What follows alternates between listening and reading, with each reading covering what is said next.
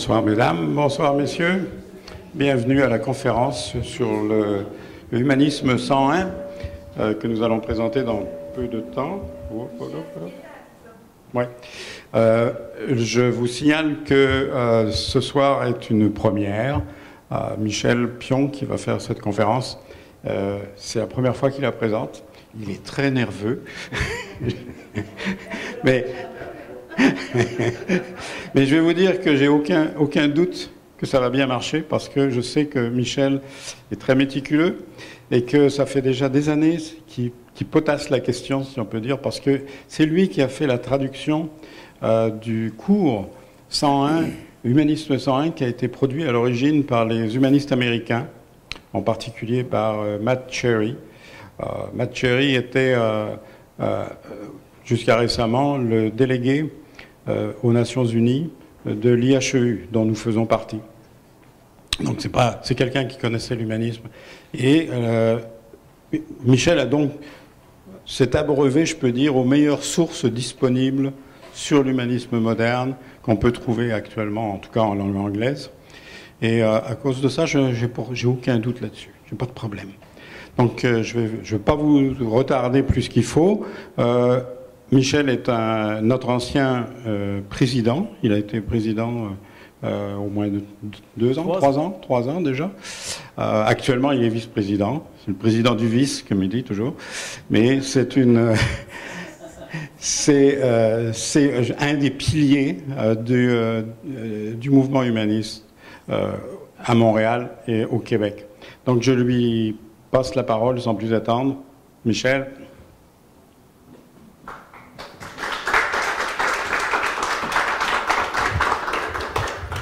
Merci d'applaudir maintenant. J'espère que vous allez avoir autant le goût d'applaudir à la fin. Bon, on va commencer sans plus tarder.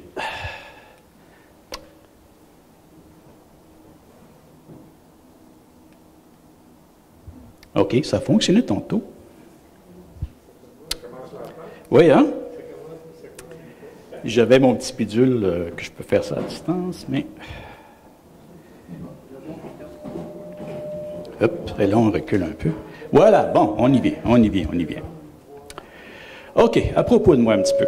Bon, Michel vous a déjà expliqué que j'ai été président de l'association pendant 3 ans. Je suis maintenant président du vice. OK, un petit peu de feedback. Pierre, peux-tu peut-être un peu baisser le son? OK. Bon, juste pour vous dire, bon, je me considère personnellement comme un athée. Mais c'est quelque chose qui est venu quand même assez tard dans ma vie. À peu près, je vous dirais, depuis peut-être le milieu de la trentaine que je me considère comme un athée. Comme la plupart des Québécois de ça, j'ai été élevé dans une famille très catholique. Il ne fallait pas rater une messe le dimanche, c'était sacré. Disons que j'ai quitté l'Église catholique et j'ai été ensuite membre d'une Église baptiste. Et curieusement, c'est ça qui m'a rendu un athée. Parce que la position des catholiques en général sur la Bible, c'est très... leur position, c'est plus « laissez ça aux professionnels ». OK, lisez pas ça, on va tout vous expliquer ça, c'est pas un problème. Mais dans l'Église baptiste, c'était un pasteur qui venait de la Nouvelle-Orléans, qui était venu au Québec partir ça, et ainsi de suite. Et j'avais des collègues de travail qui m'achalait pour y aller. Puis j'ai commencé à y aller. En tout cas, j'ai vécu tout le trip. Le baptême, le born again, Et là-bas, ils encourageaient leurs membres à lire la Bible. Alors, c'est ce que j'ai fait. J'ai lu la Bible au complet de l'Ancien Testament au niveau 2 fois, d'une page à la fin. Et curieusement, c'est en lisant ça que j'ai commencé à me poser des sérieuses questions. Tu lis ça, tu te dis, bon sang, c'est... surtout quand tu arrives dans le passage, le Lévitique ou des trucs comme ça, où est-ce que tu vois toutes les lois, tu te dis, bon, c'est ça le Dieu d'amour, puis ensuite, là, tu commences à te poser des questions. Et quand j'en parlais au pasteur de l'Église, il disait, mais c'est Satan qui essaie de mettre le doute dans ton esprit. Mais il faut croire que Satan a gagné, parce que j'ai quitté il n'y a pas tellement longtemps après. Ensuite, j'ai été plus du côté du scepticisme, et c'est là que j'ai un petit peu venu en contact avec des gens comme Dawkins, Dennett, Il y a un autre nom aussi qui m'échappe, là. Hitchens, c'était plus tard. Mais en tout cas, c'est comme ça que je suis venu en contact avec ça, et finalement, ça a pris un certain temps avant que je me déclare un athée. Parce que c'était finalement quelque chose que je pouvais réconcilier avec la réalité que je voyais.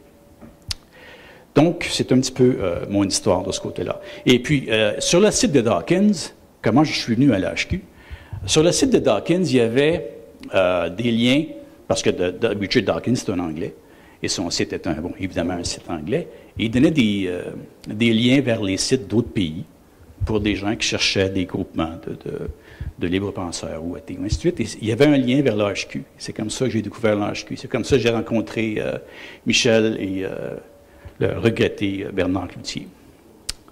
Alors, c'est un petit peu mon histoire jusqu'à maintenant. Alors, pourquoi l'Humanisme 101? On est une association humaniste. Depuis le début de l'association que je fréquente, j'ai vu et entendu plein de ciné-clubs et de conférences, mais jamais une conférence sur l'humanisme. Et ça m'a toujours un petit peu fatigué. Je disais, bon, on est une association humaniste, on devrait parler d'humanisme de temps en temps, me semble. Mais personne n'en faisait jamais. Donc, vous connaissez le vieux dicton, on n'est jamais si bien servi que par soi-même. Alors, j'ai décidé que j'en ferai une. J'espère que vous ne le regretterez pas. Donc, ça, c'est un petit peu le pourquoi de ma petite causerie de ce soir. Alors, je commence avec 2 avertissements. Le premier, même si Michel dit que, bon, c'est exact quand il dit que je potasse depuis longtemps le sujet, mais je ne me considère pas encore comme un expert, étant donné la richesse du sujet. L'humanisme, c'est un sujet qui est excessivement riche, excessivement ancien, que vous allez découvrir un peu ce soir, je pense. Et puis, je ne suis pas encore au niveau où je me considère comme un expert en la matière.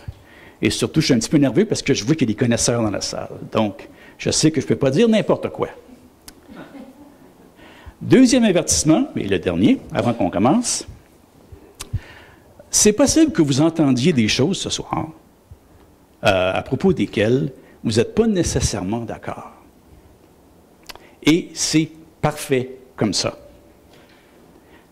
Vous n'êtes pas obligé de croire tout ce que je vais vous dire ou d'être d'accord avec tout ce que je vais vous dire. Vous pouvez très bien être en désaccord sur certains points et être un humaniste quand même. Il n'y a pas de dogme dans l'humanisme. On n'a pas de livre saint. Si vous avez une obligation en tant qu'humaniste, c'est de penser par vous-même. Vous pouvez lire le matériel, vous pouvez en tirer les leçons, vous pouvez en discuter et ainsi de suite, vous pouvez décider d'adhérer à ça ou pas adhérer à ça, mais ça ne fait pas de vous moins un humaniste parce que cette virgule-là n'est pas à la même place que l'autre. Donc, ça c'était pour les avertissements. Alors, on va commencer avec un peu d'histoire. L'humanisme, c'est un sujet qui est très, très ancien.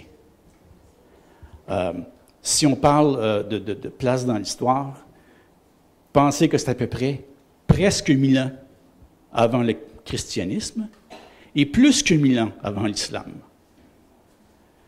Donc, si on y va par préséance, on devrait être au top, ce n'est pas le cas. Mais quand même, juste pour vous dire que de tout temps, en fait, on commence, il y a toujours eu des non-croyants.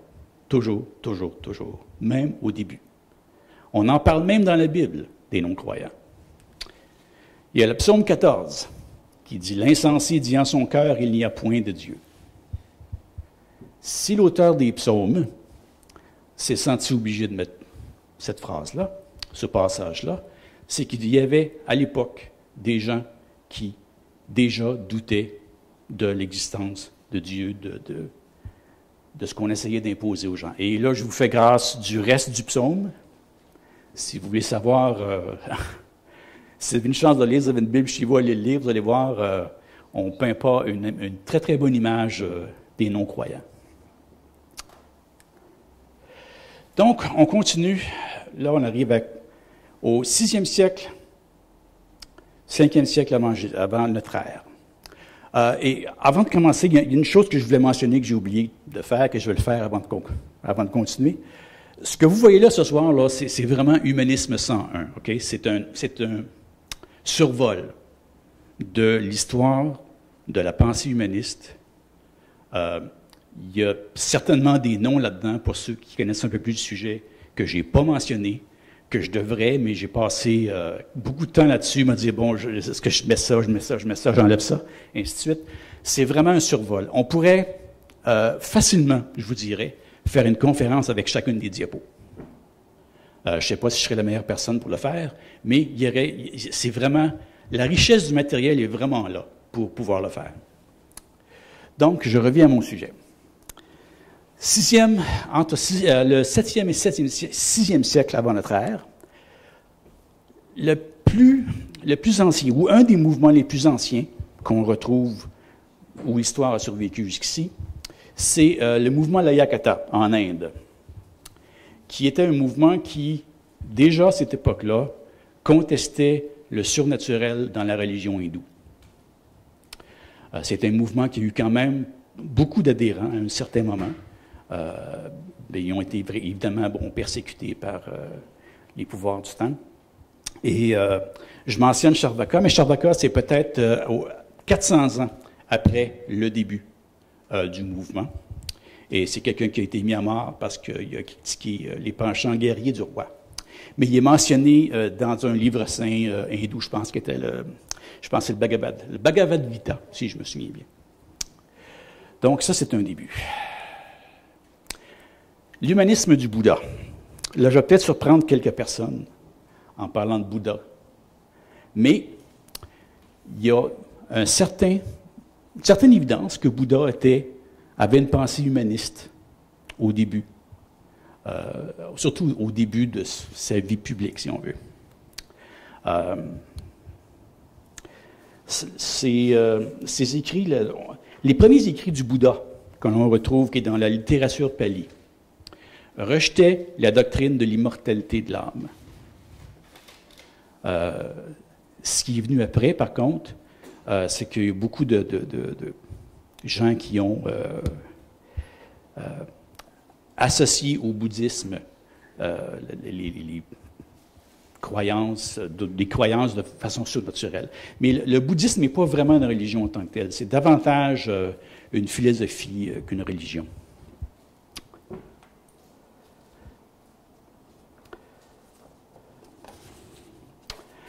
Ensuite, on continue avec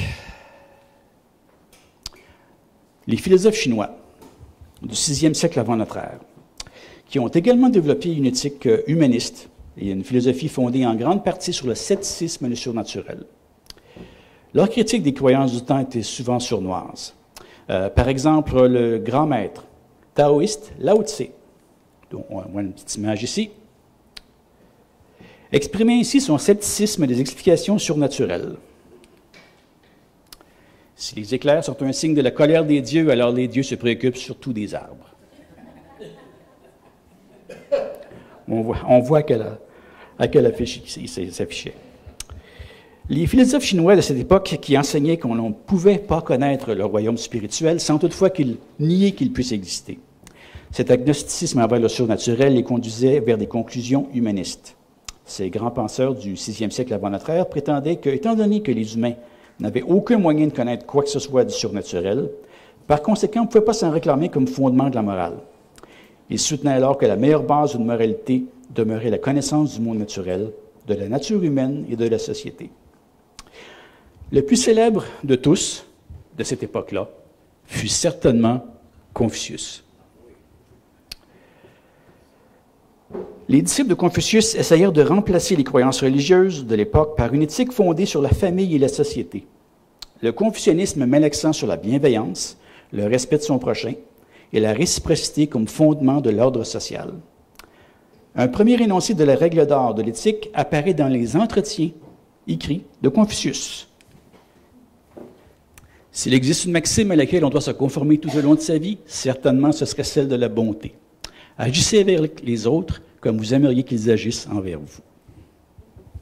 La fameuse règle d'or Et il a dit ça 600 ans avant l'autre type, là-bas. Donc, on voit que Jésus n'a absolument rien inventé.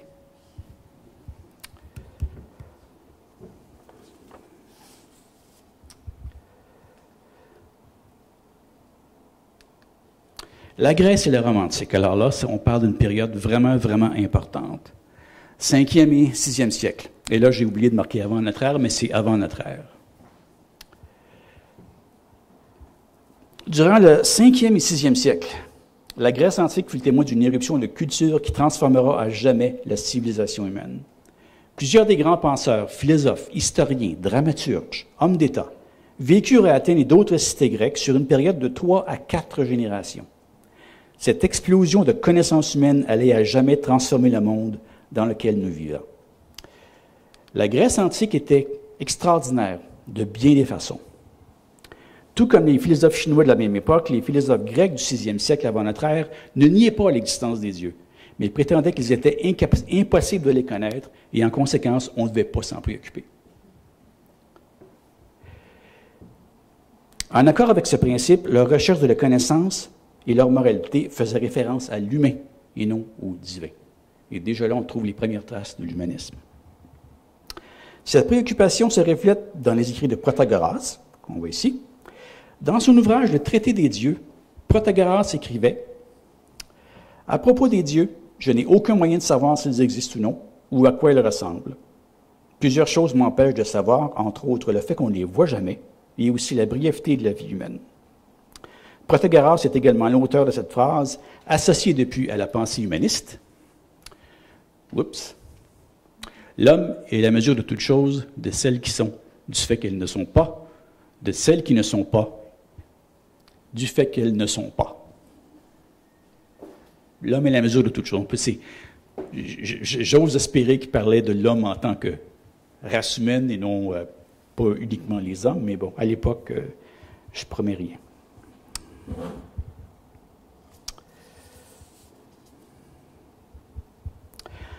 Certainement que les humains ont pensé à comment traiter leurs semblables depuis très très longtemps. Mais la première discussion vraiment philosophique qu'on connaisse nous vient de cette période-là, et c'est principalement associé à Socrate, son disciple Platon, et l'élève de Platon, Aristote. Socrate est décrit par Platon comme encourageant ses compatriotes à penser sérieusement à la façon dont ils devraient vivre. Maintenant, Socrate était quelqu'un de très éduqué. À l'époque, il avait assisté à de nombreuses discussions sur les débuts de la physique, les débuts de la science, la philosophie, et ainsi de suite.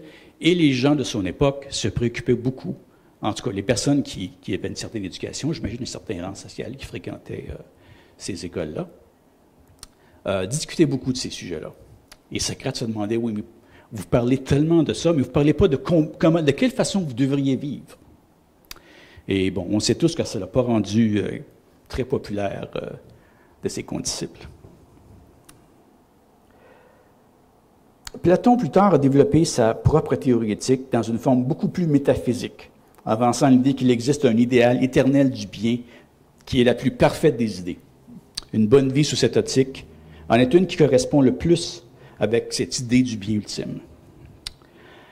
Aristote était un penseur beaucoup plus pragmatique et en fait identifié le pragmatisme, qu'on peut traduire vaguement par sagesse pratique, instrument pour une bonne vie ou la voie du milieu. Le courant de pensée majeur qui est sorti de cette période-là, c'est le stoïcisme. Le stoïcisme, on pourrait appeler ça comme la voie du milieu.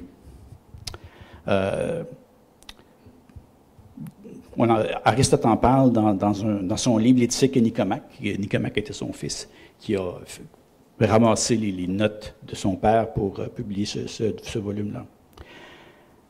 Le stoïcisme, c'est... Quand on parle de la voie du milieu, c'est un peu comme... On pourrait décrire ça rapidement comme indifférence et maîtrise de soi. Indifférence, pas dans le sens de se foutre de ce qui se passe, mais de garder quand même une position neutre vis-à-vis des aléas de la vie. Et maîtrise de soi maîtrise de soi devant les événements qui peuvent amener à réagir de façon violente ou quoi que ce soit. Le stoïcisme a été adopté par le romantique. Ça a été en fait, pendant les prochains 500 ans de l'histoire, la position morale de la plupart des gens éduqués de l'époque. C'est quelque chose qui a survécu à Aristote.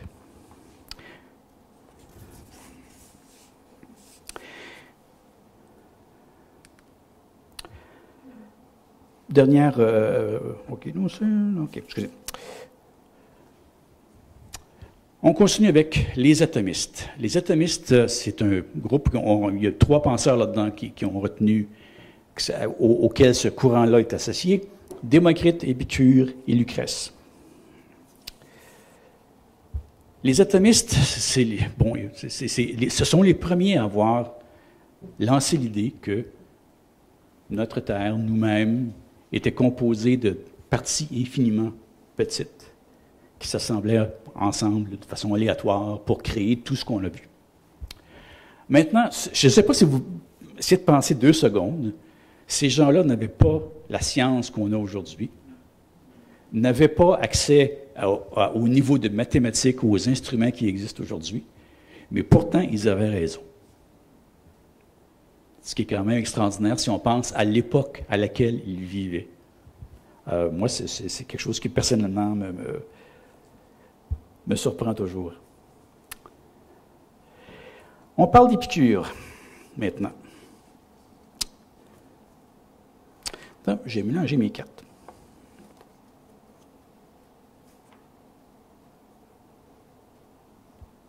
Pas grave. Épicure, c'est un penseur qui a beaucoup marqué l'histoire de l'humanisme.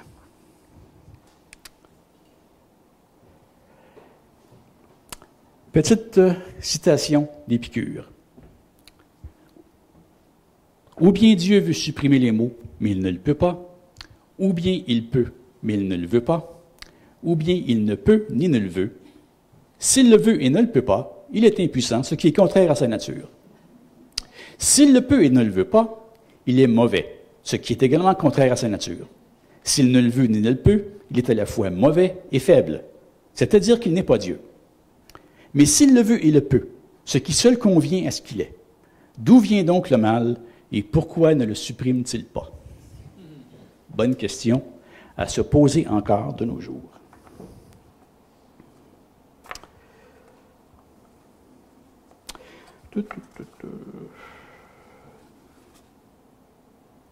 Ah, voilà. La voici. Pendant les 700 ans de l'âge d'or de la Grèce et de la Rome, le philosophe humaniste Épicure fut un modèle respecté et populaire pour une vie saine. Mais avec l'avènement de la nouvelle religion chrétienne et le déclin de Rome, l'influence des penseurs non chrétiens disparut ou fut détruite graduellement en Occident. On connaît tous le terme épicurien. Okay? C'est curieux quand même de penser que le sens du mot épicurien est à peu près le contraire total de ce qu'Épicure enseignait. Parce que Épicure prônait la modération dans toutes choses, et même dans les plaisirs. Donc, c'est un peu ironique maintenant que le vocable d'épicurien veut dire à peu près le contraire de ce qu'Épicure enseignait.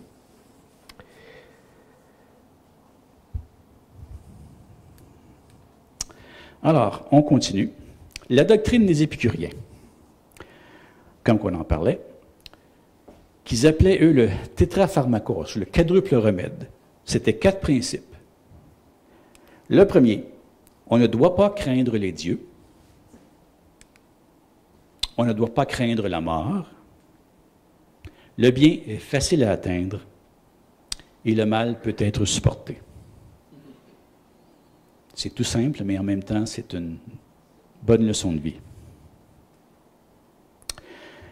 L'éducation libérale. Alors là, c'est... Et là, quand je parle d'éducation libérale, je ne pense pas du tout à M. Couillard. L'éducation libérale, dans ce terme-là, c'est à peu près une des plus grandes contributions, selon moi, que la Grèce a apportées à la civilisation humaine, c'est-à-dire l'idée que les hommes peuvent être éduqués, les humains peuvent être éduqués et peuvent se trouver améliorés par l'éducation qu'ils reçoivent. Les Grecs avaient un nom pour ça. Ils appelaient ça, et là je ne connais pas le grec du tout, je le prononce comme ça se lit, c'est païdéa. OK? Les Romains ont conservé cette coutume-là après dans leur période à eux.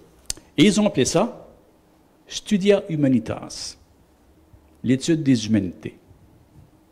Et c'est de là que vient le vocable d'humanisme. Et c'est peut-être la plus grande contribution des anciens Grecs à la culture mondiale, demeure l'idée que l'excellence humaine puisse être enseignée. Au cœur du concept grec d'éducation libérale était un programme de matières incluant la philosophie, la logique, la rhétorique, la grammaire, les mathématiques, l'astronomie, la littérature et le drame. Si vous remarquez, il y a pas mal de matières là-dedans qu'on n'enseigne plus, ou juste à un niveau peut-être plus avancé.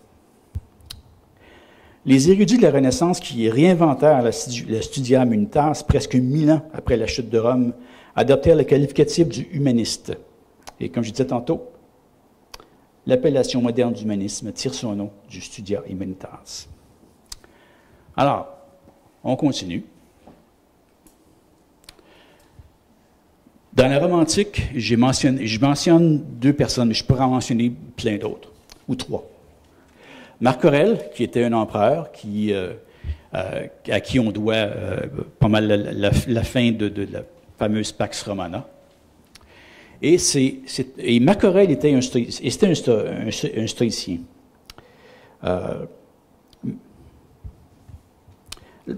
Sa vision du monde a conservé une certaine influence sur la culture occidentale, mais ce n'est pas reconnu implicitement. Ici, j'ai mis une citation que j'aime beaucoup de Marc Aurèle. Vivez une bonne vie. S'il y a des dieux et qu'ils sont justes, alors ils ne se suffiront pas de savoir à quel point vous avez été dévot, mais ils vous jugeront sur la base des vertus par lesquelles vous aurez vécu. S'il y a des dieux mais qu'ils sont injustes, alors vous ne devriez pas les vénérer. S'il n'y a pas de Dieu, alors vous ne serez plus là, mais vous aurez vécu une vie noble qui continuera d'exister dans la mémoire de ceux que vous avez aimés. Je n'ai pas peur. Et ça fait partie de ma philosophie personnelle. Le second que je mentionne, c'est Épictète. Épictète qui a été cité à de nombreuses reprises par Marc Aurèle. En fait, j'aurais dû le mettre avant. Parce que Épictète était un esclave grec qui a été amené à Rome, qui a été libéré vers le milieu de sa vie, et qui a écrit ceci. Il a écrit un traité qui s'appelle, en fait, j'ai aucune idée, j'ai fait des recherches et je n'ai pas trouvé que si ça avait été traduit en français, en quoi que ce soit, mais en grec, en romain, c'était Enchiridion, si jamais vous le trouvez. Et juste une petite citation pour nous donner une idée. Tout comme le soleil n'attend pas une prière ou une incantation pour se lever et briller, il est apprécié par tous. De même, n'attend pas les applaudissements et les louanges pour faire le bien, mais sois un bienfaiteur volontaire et tu seras aimé tel le soleil. Tel le soleil, c'était un peu fort, là, mais vous serez aimé certainement par les gens dans votre entourage. Et j'ai ajouté à ça Cicéron, parce que Cicéron a eu une grande influence également sur la pensée humaniste et principalement sur l'humanisme de la Renaissance. C'est précisément son humanisme, comme on l'entend dans sa signification moderne. Son fondement était sa foi dans les valeurs individuelles. Cicéron enseignait que les personnes devaient être libres de penser par eux-mêmes, car elles avaient des droits. Mais en même temps, ils devaient être conscients que leurs droits définissaient également leurs responsabilités envers les autres. Notre éthique devrait être fondée sur le fait que l'humanité est une fraternité. Dans son ouvrage des lois, il écrit ceci. Le fondement de la communauté humaine doivent être les liens qui se tissent entre les personnes et qui doivent avoir pour assise la bonté, la générosité, le bien et la justice. L'usage de la raison donne aux individus un devoir de s'améliorer constamment et de traiter les autres avec respect et générosité. Ces idées-là sont l'essence même de l'humanisme moderne. Et c'est écrit il y a plus de 2000 ans. Donc, pourquoi ces idées-là n'ont pas tenu et l'idée qu'il y a un homme invisible dans le ciel qui peut nous voir tout le temps et puis peu importe. Votre explication était aussi bien que la mienne. Donc, on continue avec la Renaissance et les débuts de la science. Et là, on parle de la fin du 14e siècle de notre ère, le début du 17e. Maintenant, qu'est-ce qui s'est passé entre-temps? Ce qui s'est passé entre-temps, c'est la chute de l'Empire romain et la période qu'on peut qualifier de grande noirceur, où la religion a pris le dessus, a contrôlé la société du temps, a dit aux gens comment se comporter, quoi faire, quoi penser, quoi dire. Et il ne se gênait pas pour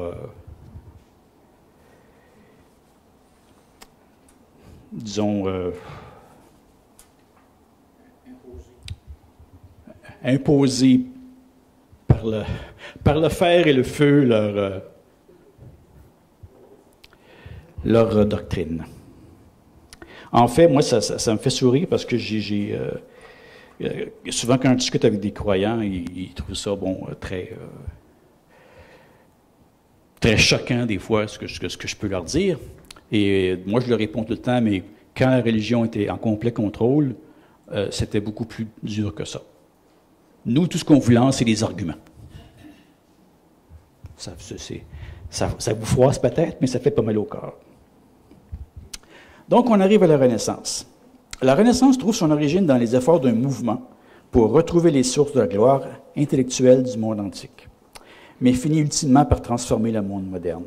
La Renaissance réfère à la période européenne se situant vers la fin du 14e jusqu'au début du 17e. Cette époque de recherche intellectuelle intense est souvent appelée l'humanisme de la Renaissance. L'humanisme de la Renaissance marque la transition entre le surnaturalisme médiéval et l'approche scientifique moderne et séculière. Même si l'humanisme moderne doit beaucoup à l'humanisme de la Renaissance, il y a des distinctions importantes entre les deux formes d'humanisme. Les humanistes contemporains ne croient pas en l'existence de Dieu ou du surnaturel, alors que la majorité des humanistes de la Renaissance étaient des croyants, pour la plupart au Dieu chrétien traditionnel. Ce que les deux humanismes ont en commun, c'est une préoccupation envers les problèmes du monde et une conscience de la dignité humaine et de la nécessité de développer le potentiel humain. À mesure que la Renaissance progressait, ces penseurs devenaient de plus en plus sceptiques envers les dogmes religieux médiévaux. La réponse du clergé à ces nouvelles idées fut souvent brutale. Comme on va le voir, j'ai 3 exemples, en fait 2. Giordano Bruno. C'est un homme de science italien qui défendit la vision de Copernic, qui affirmait que la Terre tournait autour du Soleil et non, sacrilège, que la Terre était le centre de l'univers et tout tournait autour. Il critiquait l'éthique chrétienne et plaidait pour une plus grande tolérance envers les différentes croyances religieuses. En 1600, Bruno fut mis au bûcher, pas au bûcher, mais c'est comme la même chose, par l'Inquisition pour avoir refusé de renier ses vues. Le second cas que tout le monde connaît, pas mal, j'imagine, Galilée. D'ailleurs, on a passé un film ici, d'un ciné-club sur le procès de Galilée, qui avait fait un grand succès à l'époque. Je ne sais pas, moi, c'est... Est-ce qu'il y en a ici qui l'ont vu? Oui? Est-ce qu'il y en a qui seraient intéressés à le voir? À le revoir? Parce qu'il faudrait le passer de... Je passe un petit message discret à notre responsable de ciné-club derrière. Mais je pense que ça serait intéressant de le repasser. Galilée eut à faire face aussi au tribunal de l'Inquisition pour avoir défendu lui aussi la vision de Copernic d'une Terre orbitant le Soleil. Il échappait au bûcher cependant en renonçant publiquement à ses déclarations. Galilée peut vraiment être considéré comme le père de la science moderne. Ses nombreuses découvertes ont révolutionné la compréhension que l'être humain avait du cosmos. Il jeta les bases de la science en démontrant que l'observation, l'expérimentation et l'usage des mesures mathématiques précises sont des bases essentielles de la recherche scientifique et de notre connaissance du monde, ce qui n'est pas rien. Et je mentionne un troisième qui est évidemment pas un scientifique de la même stature que Galilée, mais à peu près à la même époque que Galilée, il y avait Francis Bacon, qui était un philosophe anglais, qui jetait les bases de la science fondée sur le raisonnement et les preuves factuelles. En fait, Bacon a été un des premiers à décrire vraiment la méthode scientifique et comment que la science devrait se faire. Mais bon, il a joué néanmoins, bon, c'était pas un scientifique du calibre de Galilée ou d'autres, mais c'est le premier qui a jeté les bases de la méthode scientifique. Et l'usage, bon, l'expérimentation, l'usage de mesures mathématiques précises, et ainsi de suite. En fait, tout ce que Galilée avait fait. Bacon plaidait aussi qu'en plus d'augmenter notre niveau de connaissance, la science pouvait être bénéfique au genre humain. Dans son plus important ouvrage, qui s'appelle en latin Novum Organum, il affirmait que l'humanité devait se consacrer à la science pour que l'état de l'humanité puisse par le fait même être amélioré. C'est cet engagement pour l'étude scientifique de notre monde, combiné à une laïcité et une individualité grandissante qui permet à la culture européenne d'engendrer le siècle des Lumières au 18e siècle. Il arrive à une autre période assez intéressante. C'est une période, la période dite des Lumières qui débutait au 17e siècle et connut son apogée au milieu du 18e. Elle marquait le passage de l'humanité de l'âge de la foi vers une période d'émergence du raisonnement, de la science et du respect pour l'être humain en général. Les penseurs des Lumières croyaient que le raisonnement humain pouvait amener la connaissance des lois naturelles de l'univers, déterminer les droits fondamentaux des humains et par conséquent entraîner un réel progrès pour la société par la technologie et la compréhension du monde qui nous entoure. Maintenant, j'ai dit tantôt, il y a un point que j'ai oublié de mentionner, puis il faudrait que je le mentionne parce qu'il y a une certaine ironie là-dedans. Tous les écrits des anciens Grecs que j'ai parlé plus tôt ont été activement poursuivis par la religion du temps. Et curieusement, ou ironiquement, si on regarde un petit peu comment ça se passe aujourd'hui, ces ouvrages-là ont été sauvegardés dans les bibliothèques du monde musulman. Tous ces ouvrages-là ont été traduits en arabe. Et c'est surtout grâce à eux qu'on doit que ces ouvrages-là ont été redécouverts par la suite, entre autres par les penseurs des Lumières. Donc, je pense que c'est un point important à mentionner. Je ne suis pas sûr, dans l'état actuel des choses, si l'expérience se répéterait maintenant, mais ça vaut la peine de le mentionner quand même. On leur doit au moins ça. Un stimulant majeur pour le siècle des Lumières fut la découverte scientifique des lois universelles de la nature vers la fin des années 1600. Et là, il y a eu vraiment des découvertes majeures, et j'en nomme quelques-uns. Copernic, évidemment, dont on a déjà parlé, pour l'héliocentrisme. Galilée, dont j'ai parlé, et sans oublier Isaac Newton. Et ces trois personnes-là ont découvert vraiment des lois universelles, en même temps qui furent établies aussi en mécanique, incluant la gravité et en optique. Les penseurs des Lumières se concentrèrent sur l'accroissement du savoir et de l'application de la méthode scientifique au service de l'humanité et de la société. Même si la critique des dogmes religieux était toujours une entreprise périlleuse, le scepticisme envers ceux-ci devint plus commun dans l'Europe du 18e siècle. Et là, on arrive aux philosophes. En fait, il y a quelqu'un aussi que je n'ai pas ajouté là-dedans, puis le 2 jours, j'ai revisé mes notes et je me dis, bon sang, il n'y aurait plus que je le mentionne. Et je veux juste en parler un petit peu, c'est David Hume, qui est vraiment un penseur majeur au niveau de la pensée humaniste.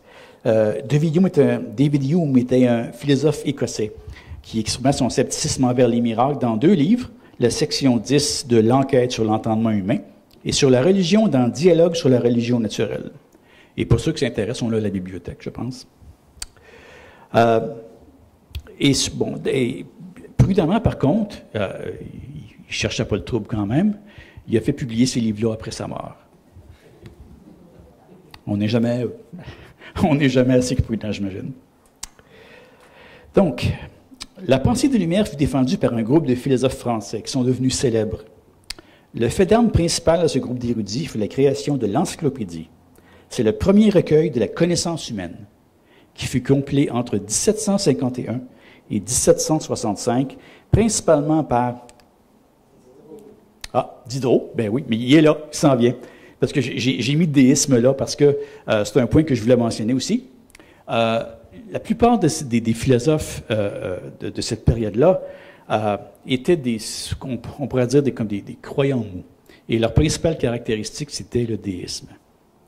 Le déisme, c'est la croyance, si on veut, en un dieu ou une entité quelconque qui aurait créé l'univers, mais qui s'en serait complètement désintéressé par après. Donc, ils croyaient en un être créateur, mais ils ne croyaient pas forcément que le dit créateur avait un effet direct, qui surveillait tout le monde et avait un effet sur les gens ou sur la planète, quoi que ce soit. Il avait fait sa job et ça devait être un vendredi, il n'y avait rien à faire, puis bon. Donc, je reviens aux philosophes. L'encyclopédie, voilà, Diderot. D'ailleurs, on a eu une conférence, il n'y a pas de longtemps, je pense peut-être un an, sur Diderot. Ça a été assez intéressant, par un de nos membres. Avec l'aide d'autres philosophes tels d'Alembert, Jean-Jacques Rousseau, Lamétrie, Helvétius qui d'ailleurs a latinisé son nom, parce que son vrai nom était Schweitzer, et D'Holbach. D'Holbach, lui, je ne suis pas sûr que c'était un déiste. Parce que on a des livres de D'Holbach. Si vous avez la chance de tomber sur des livres de D'Holbach, même si c'est vieux, là, pour un athée, pour un non-croyant, là, c'est du bonbon. Et ce qui est surprenant, malgré l'époque où ça a été écrit, c'est encore d'actualité de nos jours. Moi, quand j'ai envie de me craquer un peu, je lis D'Holbach. On continue avec les philosophes. Deux autres que je voulais mentionner. Charles de Secondat, baron de Montesquieu. Un des penseurs politiques les plus influents des Lumières fut Charles de Secondat, baron de Montesquieu. Montesquieu développait le concept de l'État démocratique avec une séparation de pouvoir appelée à garantir les libertés individuelles. Un autre célèbre philosophe fut Voltaire, le grand Voltaire. J'ai toujours pensé, moi, quand j'ai commencé à lire Voltaire, que Voltaire était un athée, mais c'est pas ça. Il critiquait la religion de façon quand même assez rude, mais il ne s'est jamais déclaré un athée que je sache. Et si vous avez la chance d'aller à Paris un moment donné, j'ai été visiter le Panthéon, où la sépulture de Voltaire est. Et sur sa sépulture, c'est écrit en gros « Il combattit les athées et les fanatiques ». Ce qui m'a surpris un peu quand j'ai vu ça, mais bon, j'imagine qu'ils connaissent mieux que moi. Quelques citations de Voltaire, moi, c'est que j'aime bien. Hein. « Si Dieu nous a fait à son image, nous le lui avons bien rendu. » Ce n'est pas Dieu qui a créé l'homme, mais l'homme qui a créé Dieu. Et un autre, la dernière, que moi, je garde en mémoire tout le temps. Ceux qui peuvent vous faire croire à des absurdités peuvent vous faire commettre des atrocités. Et c'est quelque chose qu'on voit encore de nos jours, à tous les jours. Tout ce que vous avez à faire, c'est d'ouvrir le journal. Et vous avez 95% de chances sur 100 de trouver un article qui parle d'une atrocité commise au nom de gens qui croient à des absurdités. Ce qui est intéressant aussi avec Montesquieu, c'est que son concept de gouvernement a été repris par les États-Unis.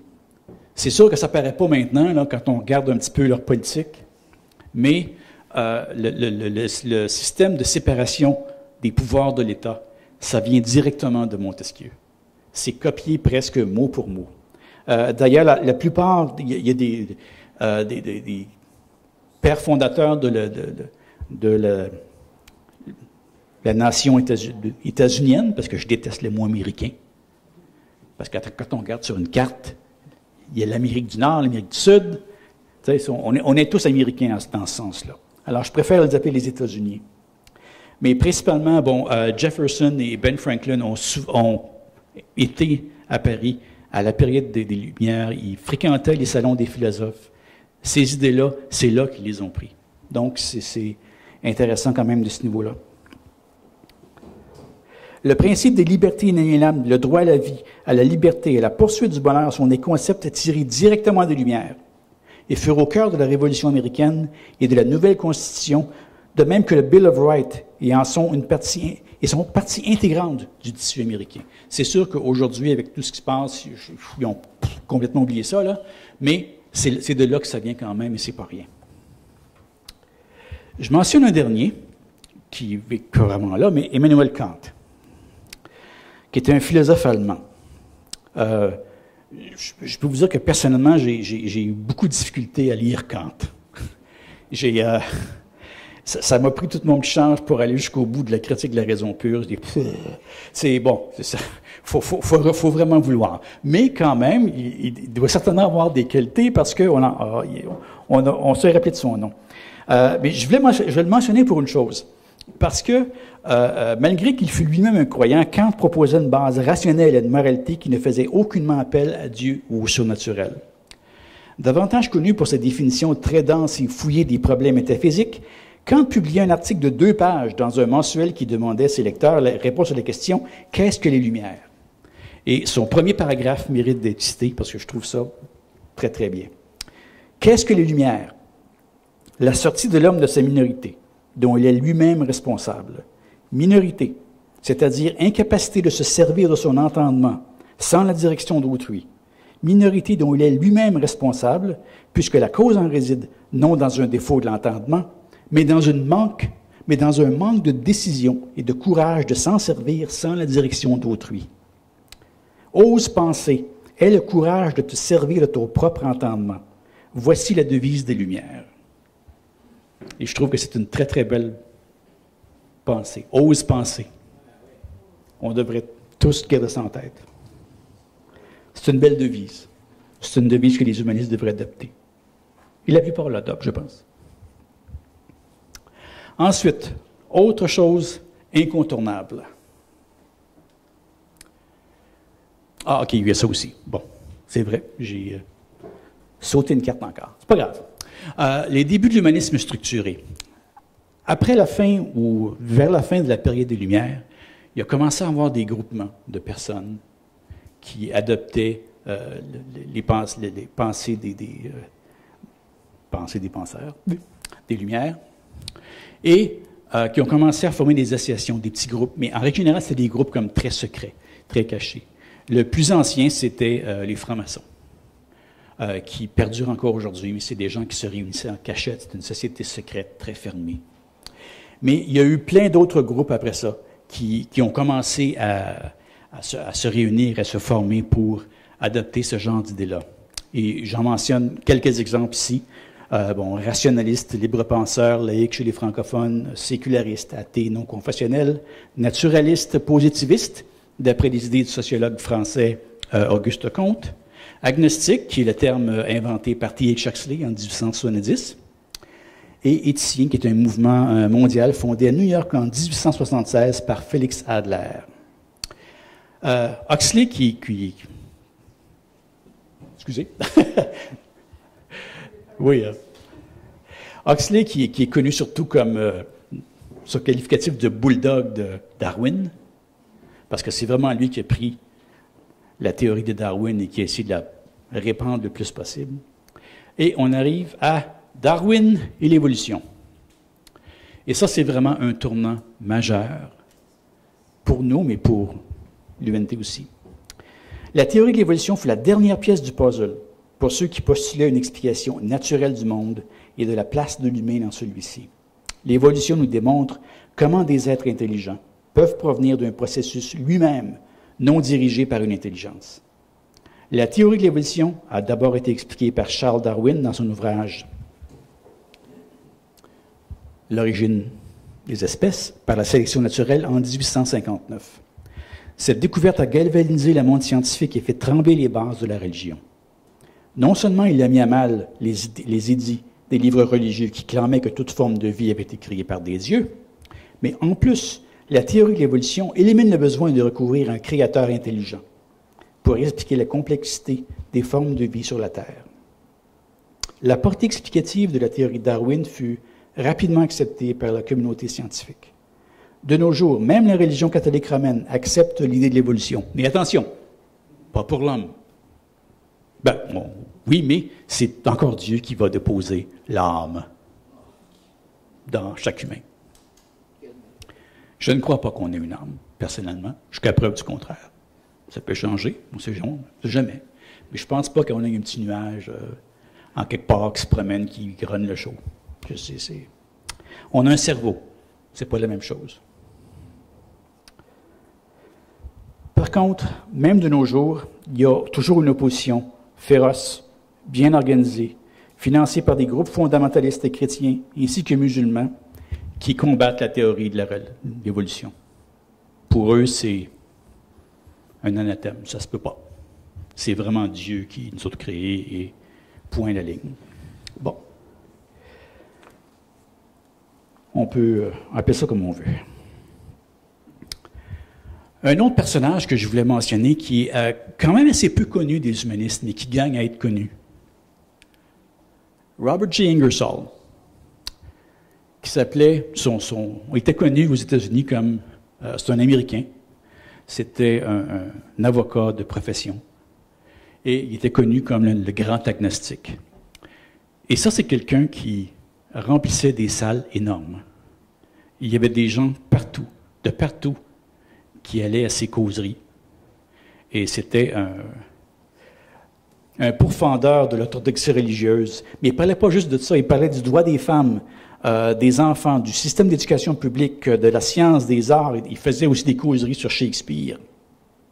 Il critiquait le crime, le système pénal, le capitalisme, les travailleurs, le socialisme, les droits civils, le mariage, et ainsi de suite. Il parlait de toutes ces choses-là à cette époque-là. Et comme j'ai dit, il serait probablement déçu parce que j'imagine que quand il a vu les foules qui réussissaient à attirer, il devait se dire que ses idées étaient vraiment appelées à prendre de l'ampleur. Il serait probablement déçu aujourd'hui, je pense.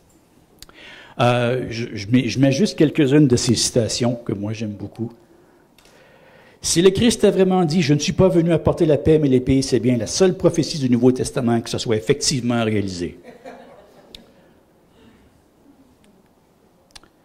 L'inspiration que l'on trouve dans la Bible est directement proportionnelle à l'ignorance de son lecteur. Je n'ai écrit jamais aucune de vos doctrines qui m'accorde la liberté. S'ils répandent des idées dangereuses, s'ils prétendent que réfléchir est un crime, je les attaquerai toutes, car elles maintiennent l'esprit de l'homme en esclavage. Je ne suis pas tant pour la liberté de religion que je suis pour la religion de la liberté. Et le dernier, mon préféré. Voici mon credo. L'amour est le seul bien. C'est ici et maintenant qu'il faut être heureux. Le meilleur moyen de l'être est de travailler à rendre les autres heureux. Je trouve que c'est une très belle philosophie de vie. Alors, je vous encourage beaucoup en fait, ceux d'entre vous qui ont accès à des liseuses électroniques sur Amazon, vous avez les 12 volumes des causeries et de la correspondance de Ingersoll à 99 sous chaque, qui est une aubaine. Et allez là-dedans et je vous jure que vous allez en retirer quelque chose. Moi, je lis jamais Ingersoll sans au moins en retirer quelques perles. Il a écrit autre chose aussi, Ingersoll, que j'ai trouvé justement, j'étais en préparant ça, j'ai relu beaucoup de ses livres, et puis je suis tombé sur quelque chose, vous avez certainement déjà entendu ça en quelque part, là, mais je veux juste vous le partager, parce que je trouve ça tellement, en tout cas, le fun. C'est pas très long. C'est sa critique de la doctrine de la Trinité. Et ça va comme suit. Le Christ, selon la doctrine chrétienne, est la seconde personne de la Trinité. Le Père étant le premier et l'Esprit Saint le troisième. Chacune de ces trois personnes est Dieu. Le Christ est son propre Père et son propre Fils. L'Esprit Saint n'est ni Père ni Fils, mais les deux. Le Fils a été engendré par le Père, mais existait avant d'être engendré, tel quel, avant et après. Le Christ est aussi vieux que son Père, et le Père aussi jeune que son Fils. L'Esprit Saint procède du Père et du Fils, mais est égal du Père et du Fils avant qu'il existe. Mais il est du même âge que les deux autres. Donc, il est déclaré que le Père est Dieu, le Fils est Dieu, et l'Esprit Saint est Dieu, et que ces trois-là font un Dieu. Selon la table de multiplication céleste, 1 fois 1 égale 3, et 3 fois 1 égale 1. Toujours selon la mathématique divine, si on retire 2 de 3, il nous reste 3. L'addition est tout aussi particulière. Si on additionne 2 à 1, on reste avec 1, chacun étant égal à lui-même et aux deux autres. Comment est-il possible de prouver l'existence de la Trinité? Rien ne peut être et ne sera jamais plus parfaitement idiot et absurde que le dogme de la Trinité. Rendu à ce point, ayant atteint les limites de l'absurdité, il n'y a rien d'autre à dire que prions.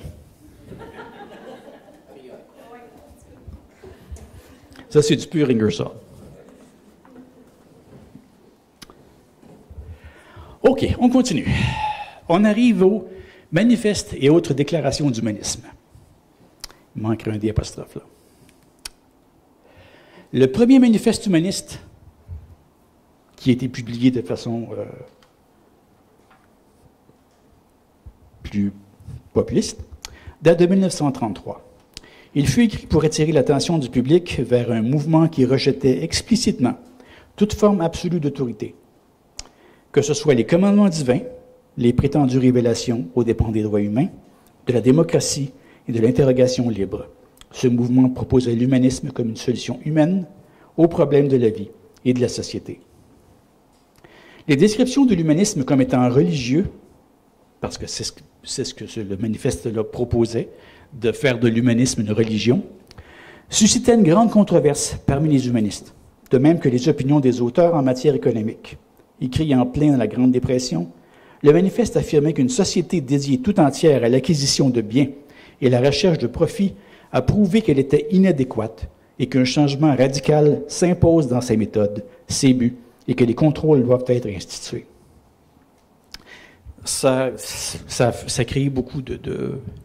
C'est pas tout le monde qui a pris ça. Et surtout aussi, le manifeste peignait les humanistes comme tous des gens de gauche, tous des socialistes. Et parmi les humanistes, il y avait des gens comme aujourd'hui qui sont de toutes les couleurs. On a un petit bouquin qu'on vend, là, les couleurs de l'humanisme. Et vous pouvez constater là-dedans que les humanistes ne sont pas tous du même moule, là. Vous avez des gens de droite, vous avez des gens de gauche, vous avez des gens qui ont des idées très différentes sur le système politique ou la façon dont la société devrait être menée, mais c'est des humanistes quand même. Donc, le manifeste manquait son but de ce niveau-là, s'il cherchait à rassembler.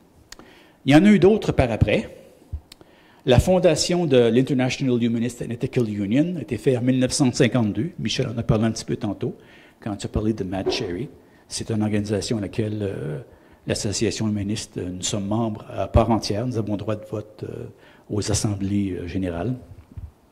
Sauf que, bon, on n'y va pas souvent, parce que il faut une assemblée annuelle tous les ans, mais tous les ans, c'est dans un pays différent.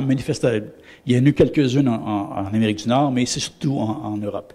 Et comme, bon, on n'est pas très riche à l'association et qu'on n'a pas les moyens de se faire payer le voyage, il faut le débourser nous-mêmes, donc on n'y va pas souvent. C'est dommage, là, mais on aimerait tous ça y aller, mais question de moyens. Ensuite, il y a le Manifeste humaniste 2, qui a été publié en 1973.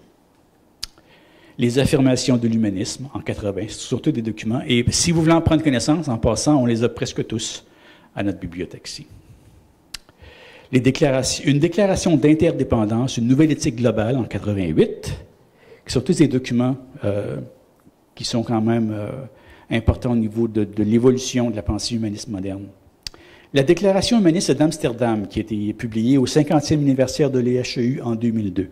Celle-là est un petit peu plus chère à notre cœur, si on veut, parce que dans la liste de nos principes, le premier, évidemment, a été ajouté par nous, mais les 7 autres sont quasiment du copier-coller de la Déclaration d'Amsterdam. et le Manifeste humaniste 3 en 2003. Maintenant, on arrive à la philosophie contemporaine humaniste. Et là, je mentionne quelques... Parce que l'humanisme est utilisé maintenant de nos jours à peu près à toutes les sauces. Et souvent, bon, il faut prendre le temps d'expliquer quel genre d'humanisme on propose, et ainsi de suite, parce que même le pape se dit humaniste. Là.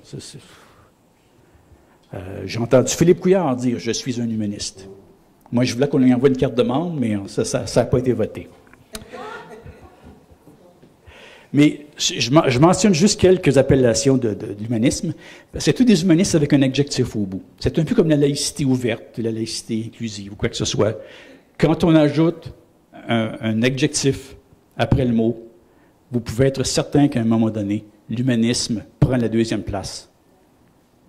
Alors, on ne parlera pas de l'humanisme littéraire. L'humanisme de la Renaissance, on en a déjà parlé. Ça, c'est quand même quelque chose d'important. L'humanisme culturel, l'humanisme philosophique, l'humanisme chrétien. OK. La vision du monde humaniste. Là, on commence à en parler un petit peu plus de ce qui nous concerne maintenant, aujourd'hui. Les fondements de l'humanisme. Si vous voulez comprendre l'humanisme moderne, il y a vraiment 3 questions fondamentales à vous poser. Et c'est ces 3-là. La première, de quelle façon pouvons-nous acquérir la connaissance et une meilleure compréhension de notre monde? La première de ces questions concerne l'épistémologie et la méthodologie.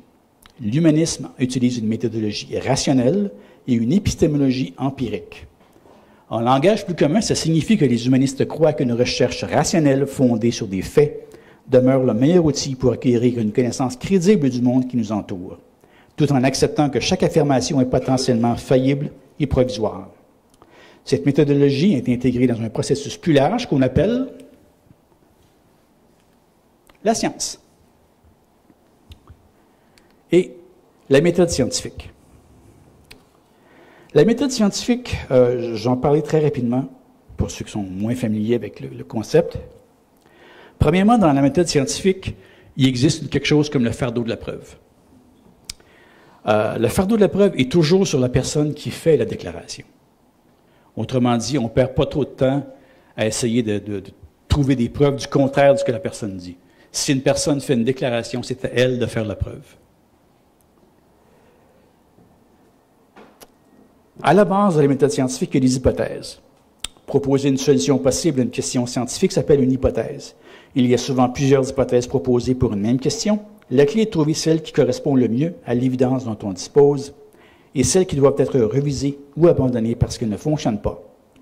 Pour identifier la meilleure hypothèse, on doit être en mesure de faire des prédictions distinctes à partir de chacune. Par la suite, on teste les différentes prédictions pour voir si elles se vérifient ou non. Ça prend aussi des preuves objectives. Il est vital que les résultats des tests vérifiant une hypothèse soient objectifs, afin que d'autres puissent vérifier les preuves également. Il y a un processus de revue par des pairs. Toujours. Avant que les résultats d'expérience soient publiés, ils doivent faire l'objet de revues par des pairs. C'est un processus où des experts, dans le domaine, revisent les résultats, la méthode et les conclusions. Il faut aussi que l'hypothèse puisse être vérifiable. Si une hypothèse est invérifiable, okay, mettons que j'arrive et je dis quelque chose comme « Moi, je sais que j'existe, mais vous tous, vous êtes un segment de mon imagination. » Il n'y a rien que vous pouvez dire pour prouver que je n'ai pas raison. Donc, c'est une hypothèse invérifiable et ça n'a aucune valeur en science. Et finalement, à partir des hypothèses, on peut faire des théories. Une théorie scientifique est un ensemble de propositions visant à expliquer un ou des phénomènes, ce qui permet également de faire des prédictions permettant de vérifier sa véracité. Une théorie doit être falsifiable pour pouvoir être testée. Si ce n'est pas testable, c'est à l'extérieur de la science. Ça n'a rien à voir avec la science. Le concept de Dieu, ce n'est pas une idée scientifique. Ça ne peut pas être testé. Il n'y a aucun moyen qu'on peut le tester. C'est pour ça qu'il faut toujours se garder une petite gêne. Richard Dawkins, dans un de ses livres, il dit qu'il y a une échelle de 1 à 7. 1, je crois complètement en Dieu, et 7, je suis complètement convaincu que Dieu n'existait pas. Il se considère comme un 6,5. Parce que il y a toujours... On ne sait jamais. On ne sait jamais. Donc, ce que je disais tantôt, chaque idée doit être... Chaque idée doit pouvoir être revisée. Contrairement à la religion, où la religion est immuable, ne peut jamais changer. Pas la science. La science est continuellement en train de se renouveler par les nouvelles découvertes. Et ce qu'on tenait pour une vérité aujourd'hui peut complètement changer demain. On ne sait pas, peut-être que dans 25 ans d'ici, il y a un jeune biologiste qui va complètement renverser la théorie de l'évolution. Possible. Je ne pense pas que ça va arriver, mais c'est dans le domaine du possible. C'est pour ça qu'il ne faut jamais avoir de dogme. Il ne faut jamais tenir à une idée à tout prix. Ose penser. Ensuite, on continue. Ah oui, c'est vrai, je voulais vous montrer ça. Parce que je le trouve drôle. C'est la différence entre la méthode scientifique et les méthodes créationnistes. D'un côté, vous avez « voici les faits, quelles conclusions pouvons-nous en tirer ?» De l'autre côté, voici la conclusion, quel fait peut-on trouver en sa faveur? Ça fonctionne beaucoup comme ça. Je trouvais drôle, sans doute déjà vu. Deuxième question. Que savons-nous du monde et notre place dans celui-ci? Évidemment, on ne sait pas tout ce qu'il y a à savoir. Je ne pense pas que la race humaine arrive jamais à un moment donné où on ferme les livres et on dit « OK, on sait tout ». Je ne pense pas que ça arrive. Mais on en sait quand même pas mal plus qu'on en savait là, juste 100 ans. Et pour répondre à cette question-là, on a des débuts de pistes. La physique, la cosmologie, la théorie de l'évolution nous donnent des débuts de réponse. Et ce sont des sciences qui se basent sur des faits et pas des légendes. Pas des écrits de l'âge de bronze.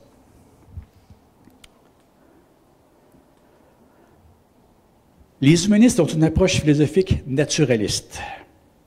C'est la position selon laquelle rien n'existe en dehors de la nature. Il n'y a rien de surnaturel, ou à tout le moins, le surnaturel n'a aucune influence. Si le surnaturel existe. Ça reste à prouver encore. En conséquence, les humanistes ne croient pas à l'existence des dieux, les démons, les anges ou autres entités de cette nature. On ne croit pas à la vie après la mort ou à la survie de l'âme.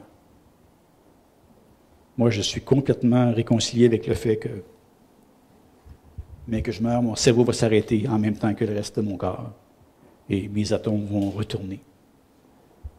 Et je vais pouvoir finalement dormir autant que je veux. Je trouvais que c'était une bonne place pour mettre le premier principe de l'association. Le premier principe de la pensée humaniste, c'est le rejet des croyances basées sur des dogmes, sur des révélations divines, sur la mystique, ou ayant recours au surnaturel sans évidence vérifiable. Et je peux jamais trop insister sur les derniers mots, sans évidence vérifiable. Si jamais on en trouve, il va falloir changer d'idée. Aussi simple que ça. Mais je ne retiens pas mon souffle en attendant, disons.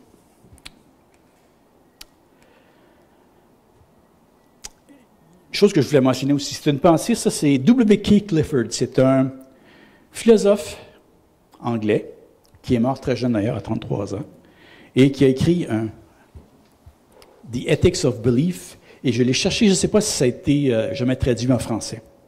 Mais il a écrit ceci, qui est encore une fois un bon principe à retenir. C'est une erreur partout, pour chacun, de croire quoi que ce soit sur la base d'une insuffisance de preuves. Si une personne est attachée à une croyance qu'on lui a inculquée durant son enfance et s'en est persuadée une fois adulte, repousse chaque doute qu'il tenaille, évite à dessein la lecture de livres et la compagnie de personnes, remettant en question ses croyances et souhaitant discuter, et tient comme impie les questions auxquelles il ne peut répondre sans remettre en cause ce qu'il croit, la vie de cette personne est un long péché envers l'humanité. C'est ce que je crois. Troisième question fondamentale. Comment devrions-nous vivre notre vie? Ça, c'est la question à 1 million. Je vais mentionner quelques petites choses au niveau de la pensée humaniste. Et je réalise que ce que vous allez voir, c'est vraiment idéaliste. Okay? Je suis très conscient du fait que dans notre vie, on a tous des obligations, on a tous des choses qui nous arrivent, on n'est pas toujours tous autant libres qu'on voudrait l'être. Mais c'est quand même un idéal à viser, disons. L'humanisme est une philosophie éthique dont le but avoué est de faire ressortir le meilleur des individus afin que le plus grand nombre puisse avoir la meilleure vie possible. L'humanisme affirme que chacun a le droit et la responsabilité de décider de la direction de sa vie.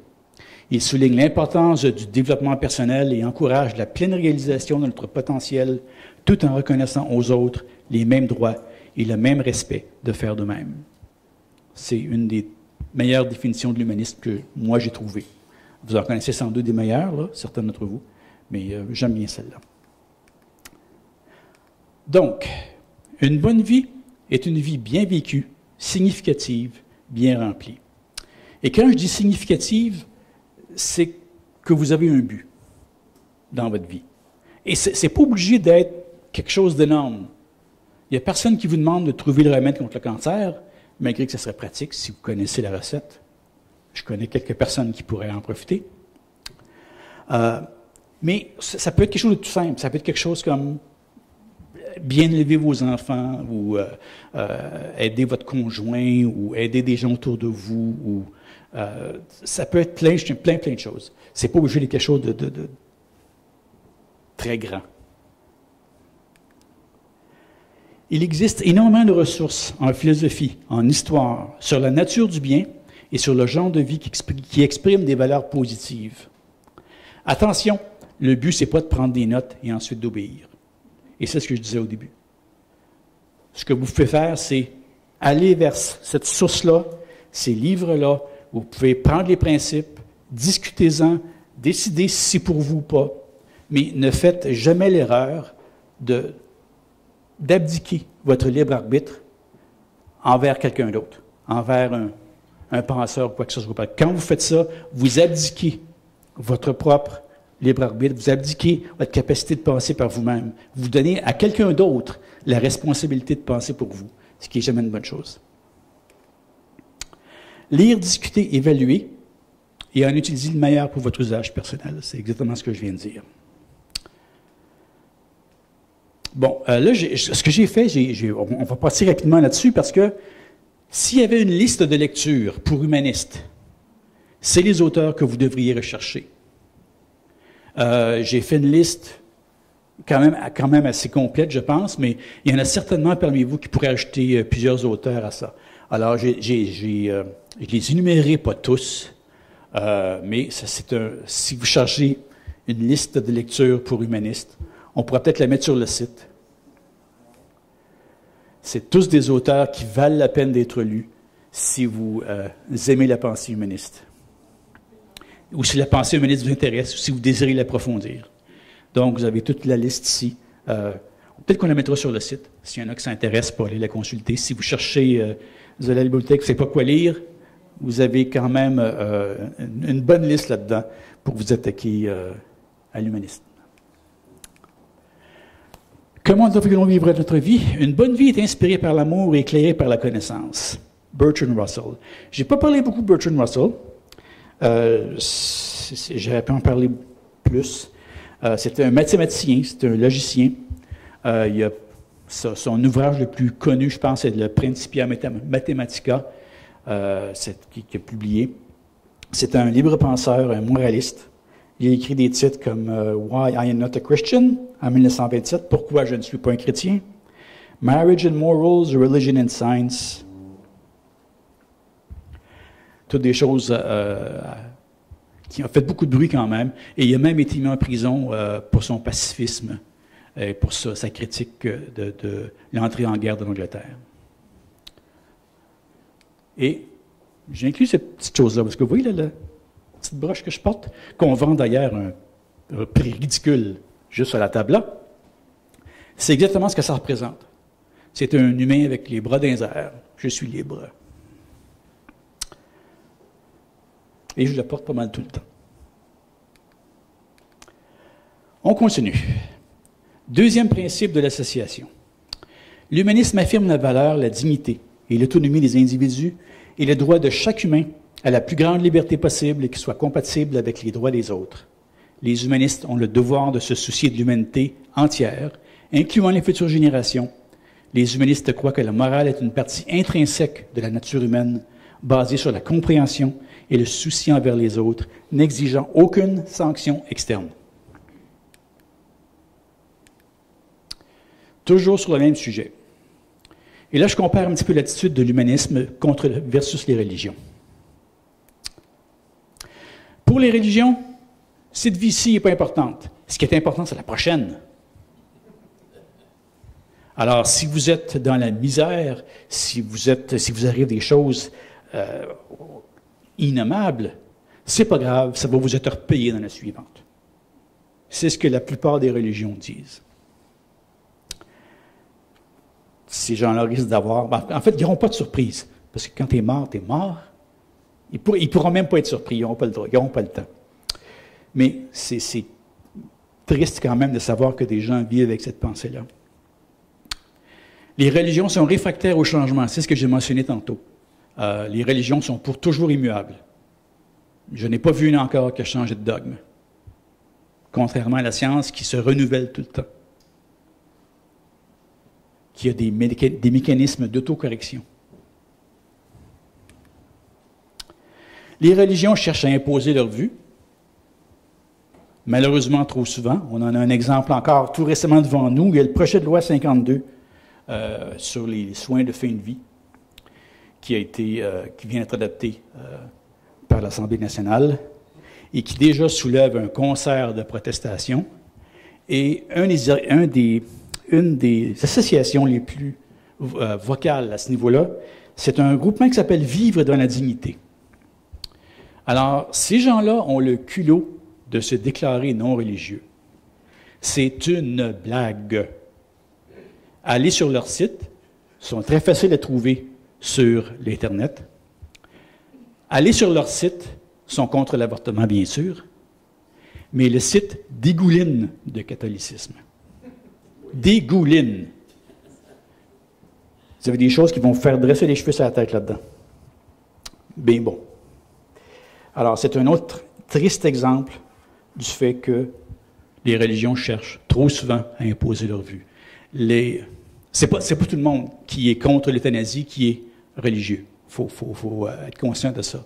Mais la majorité, les plus vocales opposant au concept d'euthanasie, au concept de fin de vie digne, provient des religieux. Donc, on continue. Religion, facteur de division, de guerre, d'atrocité. Je n'ai pas à vous raconter là-dessus. Je pense que vous êtes tous pas mal au courant de ce qui se passe. Ouvrez le journal. Ouais. Religion, inhibe l'individualisme dans le but de favoriser le groupe. Tout le temps. Et le plus bel exemple de ça, c'est l'islam, qui demande aux gens de prier 5 fois par jour, au même temps, à la même place, tourner vers le même endroit, en faisant les mêmes gestes, toujours. C'est peut-être très bon pour le sens de communauté, mais pour l'individualisme, on repassera. En règle générale, si vous êtes individualiste à l'intérieur d'une religion, c'est assez mal vu. En passant, pendant que j'ai entendu une blague, peut-être que ça ne vous l'aimez, je ne sais pas, tu as dû déjà l'entendre, mais bon, juste pendant que je vous ai, OK? Je ne sais pas si vous savez, il y a une erreur de traduction dans le Coran. Quand on parle actuellement, si vous mourrez pour le djihad, vous arrivez au paradis et il y a 72 vierges qui vous attendent. D'accord? Mais en fait, ce n'est pas ça. C'est une vierge de 72 ans. Vous avez déjà dû l'entendre, là, mais bon. J'ai pas pu résister. Encore, M. Russell, ici. Le secret du bonheur, intéressez-vous le plus de choses possible et assurez-vous que vos réactions aux choses et aux gens qui vous intéressent soient autant que possible bienveillantes plutôt qu'hostiles. Bon petit principe. On parle de l'humanisme. Chaque personne possède une dignité et une valeur intrinsèque et se doit de développer au maximum son individualité, contrairement à ce qu'on disait avant pour les religions. Résolument axé sur la mise en valeur du potentiel humain, son point de départ est donc la personne, pas Dieu, la personne. À l'opposé des religions qui édictent des règles pour une croyance personnelle et un comportement moral, l'humanisme revendique la participation d'individus autonomes et réfléchis qui choisissent un comportement éthique pour leur propre bien autant que celui des autres. Une petite citation de Polly Toynbee, qui est une journaliste anglaise et une militante humaniste. « La perspective humaniste est progressiste et optimiste, confiante dans le potentiel humain, vivant sans la peur des jugements ou de la mort, trouvant son sens et sa signification dans le fait d'exister, d'aimer et de laisser un bon héritage. » Alors, on revient à quelques principes, si vous êtes un humaniste, que vous devriez, en tout cas, essayer d'adopter. Ne pas avoir peur de se remettre en question, ne pas hésiter à remettre en question ses croyances. Indépendance d'esprit et autonomie, très important. Ce que je vous dis, vous pouvez complètement l'ignorer. C'est très, très bien. Vous n'êtes pas obligé, là, mais c'est très bien quand même. Faire des choix de vie réfléchis, en connaissance de cause, et pouvoir analyser de façon critique les conséquences de ces choix. Ce type d'autonomie devrait être l'aboutissement logique de notre système d'éducation et valorisé dans la société. Ce n'est pas le cas actuellement, je m'excuse. C'est le but recherché par l'humanisme pour chaque individu. Les points de vue humanistes sur quelques questions contemporaines. La Déclaration universelle des droits de l'homme. Ça a été adopté en 1948 par tous les États membres des Nations unies. Les Nations unies, comme la plupart d'entre vous le savent, ont été créées après la fin de la Deuxième Guerre mondiale. Il y a eu une autre tentative après la première qui s'appelait la Ligue des Nations, qui était un échec total. Les Nations unies ne sont pas loin derrière, malheureusement. Surtout parce qu'ils n'ont pas... Ils manquent de moyens pour être vraiment une autorité supranationale. Il y a beaucoup de divisions parmi les membres. C'est une organisation qui est quasi impotente, mais qui est quand même important qu'elle existe. La Déclaration universelle des droits de l'homme est à peu près le meilleur document pour une éthique humaniste qui existe. Je vous encourage à en prendre connaissance. On a eu un ciné-club pas tellement longtemps d'ailleurs sur la Déclaration des droits de l'homme. Il y a maintenant beaucoup mais aux Nations unies même, il y a beaucoup de contestations sur la Déclaration universelle des droits de l'homme, en particulier des pays musulmans qui cherchent à imposer leur propre version des droits de l'homme, mais des droits musulmans. Ils veulent avoir leur propre version. Et la Chine qui n'aime pas non plus l'idée de l'universalité des droits. Pour eux, au début, il y a eu un comité des Nations unies qui est arrivé avec le document de la Déclaration universelle des droits de l'homme. Et à cette époque-là, il y avait un érudit chinois, dont je ne me souviens plus du nom, qui faisait partie du comité. Aujourd'hui, la Chine dit que la Déclaration des droits de l'homme, c'est une imposition occidentale, c'est une invention occidentale et qu'eux devraient avoir le droit de mettre leur tradition avant la Déclaration des droits de l'homme. La Déclaration, c'est un document qui est généreux. Son fondement, c'est que tous les humains sont membres de la même famille, ont droit à la même dignité, il y a des droits égaux et inaliénables. Pour la majorité des gens dans le monde, c'est loin d'être une réalité. Loin, loin, loin, loin.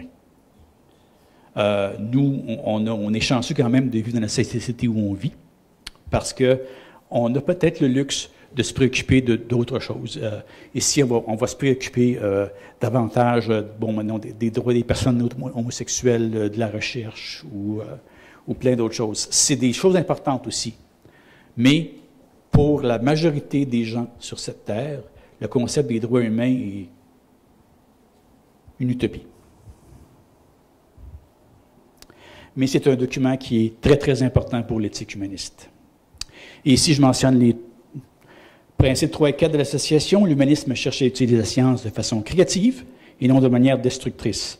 Les humanistes croient que les solutions aux problèmes du monde se trouvent dans la pensée et l'action humaine plutôt que dans l'intervention divine. L'humanisme préconise l'application de la méthode scientifique et de la recherche, aussi que l'application de la science et de la technologie doit être tempérée par des valeurs humaines. La science nous donne les moyens, mais les valeurs humaines doivent proposer les objectifs. Et c'est important. Ce n'est pas parce qu'on peut faire quelque chose qu'on doit nécessairement le faire. L'humanisme supporte la démocratie et les droits de l'homme. L'humanisme aspire au plus grand développement possible de chaque être humain. Il maintient que la démocratie et l'épanouissement de l'homme sont des questions de droit. Les principes de la démocratie et des droits de l'homme peuvent s'appliquer à plusieurs types de relations humaines et ne sont pas restreints aux méthodes du gouvernement. Dernier point, pas dernier point, mais un des derniers. Les étapes importantes de la vie, naissance, initiation à l'âge adulte, mariage, la mort, célébration humaniste. Alors, ça, je veux un peu en parler parce que il y en a peut-être parmi vous qui sont au courant qu'on a fait une demande pour célébrer des mariages humanistes. On a rempli, et quand je dis on, je pense surtout à Michel derrière, qui s'est tapé ce travail-là. On communique avec l'État civil et il nous envoie un beau document qu'il faut remplir en je ne sais pas combien de copies. Et à l'intérieur de ça, il fallait décrire notre religion. Parce que, apparemment, pour avoir le droit de célébrer des mariages, vous devez absolument faire partie d'une religion, ce qu'on a refusé de faire. Il fallait trouver, en plus de ça, un théologien qui approuverait notre religion. Bon, donc on a envoyé la demande, ça a été refusé évidemment. En ce moment, c'est devant la Comité des droits de la personne.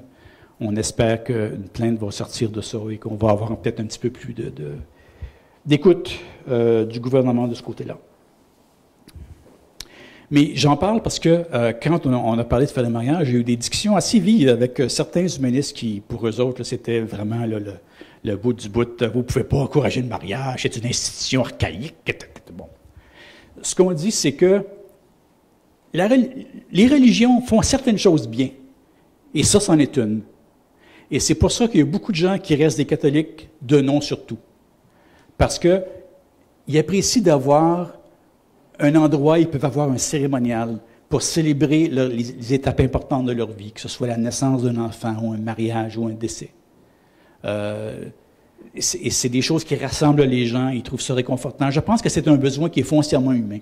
Et c'est pour ça qu'on espère de pouvoir éventuellement faire la même chose de façon non religieuse.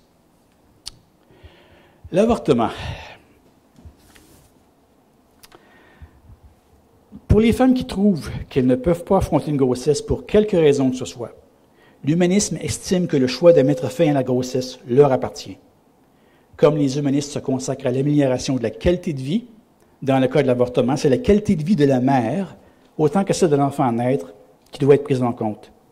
Si la mère, l'enfant ou les deux sont susceptibles de souffrir dans la vie, si la grossesse est menée à terme, alors les humanistes considèrent généralement que l'interruption de la vie du fœtus est la solution moralement acceptable.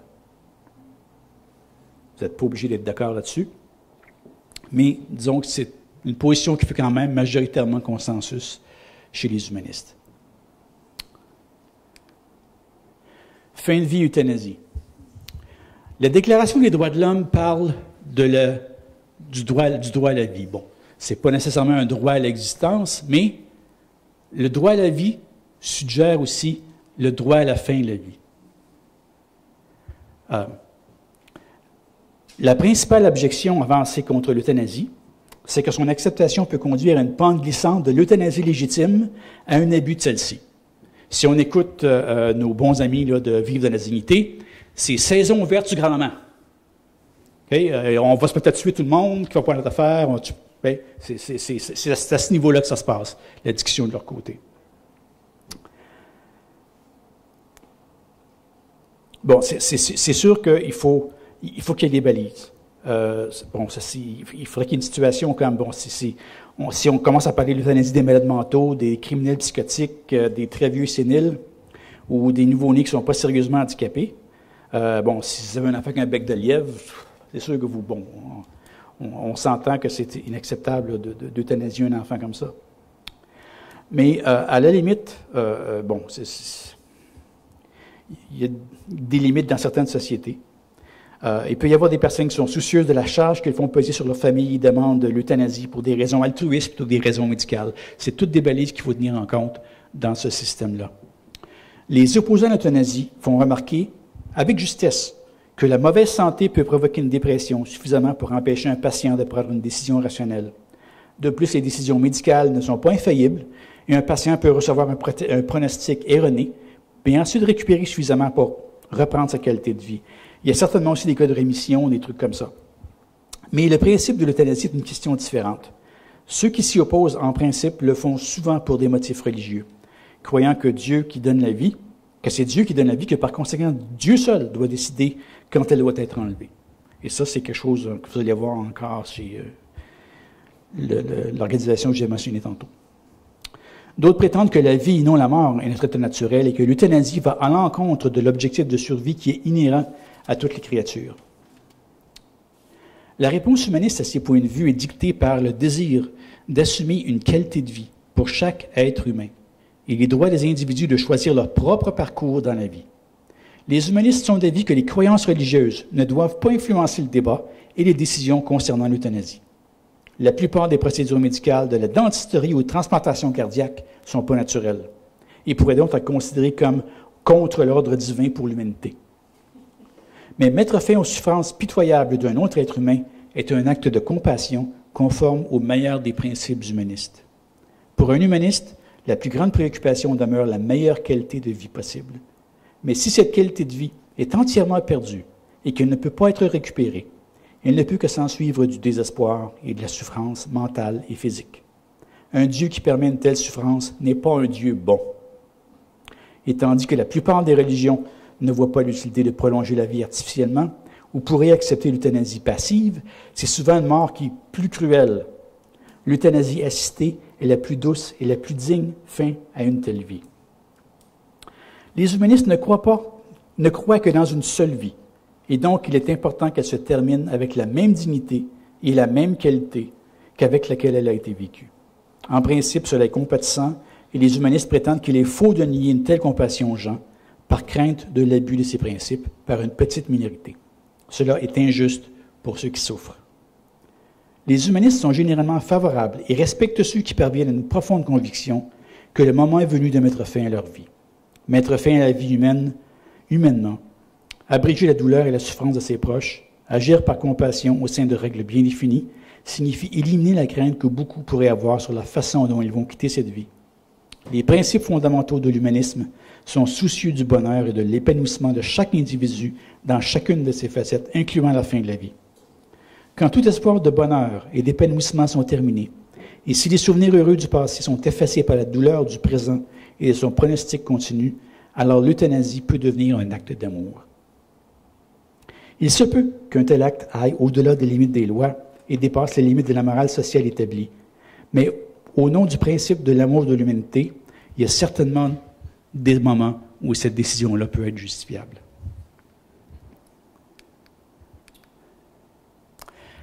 Question qui revient souvent.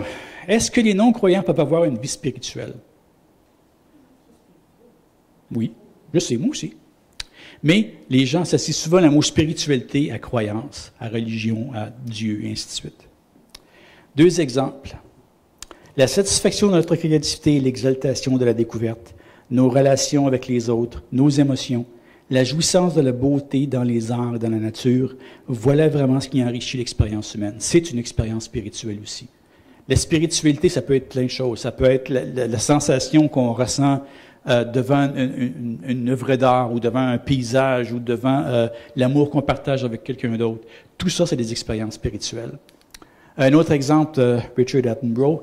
Pour moi, la nature représente la plus grande source d'émerveillement, la plus grande source de beauté, la plus grande source de la curiosité, la plus grande source de tant de choses qui donnent de la valeur à notre existence. Et si vous voulez lire un petit peu plus sur le sujet, il y a un excellent article sur notre site qui a été écrit par M. Virard. Pour Pâques, je pense, vers 2009, mais je l'ai ressorti parce que c'est vraiment... il explique beaucoup le point de vue de la spiritualité pour un non-croyant, pour un humaniste. Je vous encourage à aller le lire. Septième principe, l'humanisme prise la créativité artistique et l'imagination et reconnaît le pouvoir de transformation de l'art. L'humanisme affirme l'indépendance de la littérature, l'importance aussi, mais l'importance de la littérature, de la musique, des arts visuels, de la scène pour le développement et la réalisation de la personne. C'est directement lié avec ce que je viens de mentionner sur la vie spirituelle. L'autonomie personnelle. Ce que l'humanisme offre aux individus. Voilà. L'autonomie personnelle. Une libération de la culpabilité religieuse, de la peur et de la servitude. Une appréciation de la diversité humaine. Une vision du monde fondée sur la science. Une éthique fondée sur la raison et la tolérance. La liberté de remettre en question les idées reçues et d'explorer de nouvelles idées. Un cadre pour juger des mérites de ces idées et autres affirmations. Une culture qui valorise la créativité, l'innovation, la tolérance et la coopération. Des ressources pour développer votre potentiel personnel.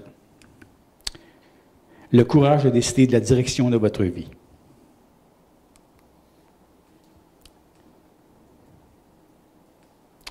Êtes-vous un humaniste? Petit test en terminant.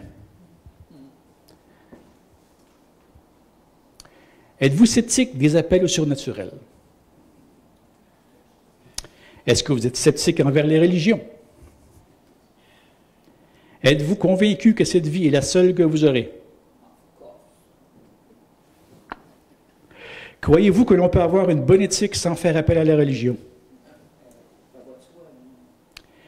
Croyez-vous que l'espèce humaine peut progresser grâce à ses propres réalisations et non à cause d'une intervention divine, d'une grâce ou une rédemption? Croyez que la science et la raison sont des façons plus fiables d'acquérir la connaissance que la foi, la révélation, l'autorité ou une tradition? Croyez que le sens et la signification de votre vie vous appartiennent et sont votre responsabilité? Est-ce qu'on peut répondre aux questions? Bientôt. Si vous avez répondu à oui, à une ou plusieurs de ces questions, alors vous êtes sans doute un humaniste ou une humaniste. On a répondu oui à l'ensemble. 100%. Vous passez le test. Vous êtes un humaniste, félicitations. Vous n'êtes pas obligé de faire partie d'une association humaniste pour être un humaniste. Absolument pas. Mais, il faut que je prêche pour ma paroisse un peu.